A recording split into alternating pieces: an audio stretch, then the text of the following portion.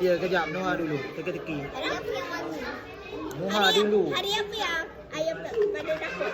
Ha? Hari apa yang ayah paling takut? Ayah paling takut? Ayam. Ayam paling takut? Ami nak pindah. Friday lah. Sebab dia kena goreng. Ayah, cikgu. Tak mencabar lah. Cikgu. Hari apa yang kita suka?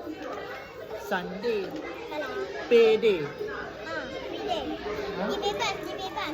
Friday. Cikgu.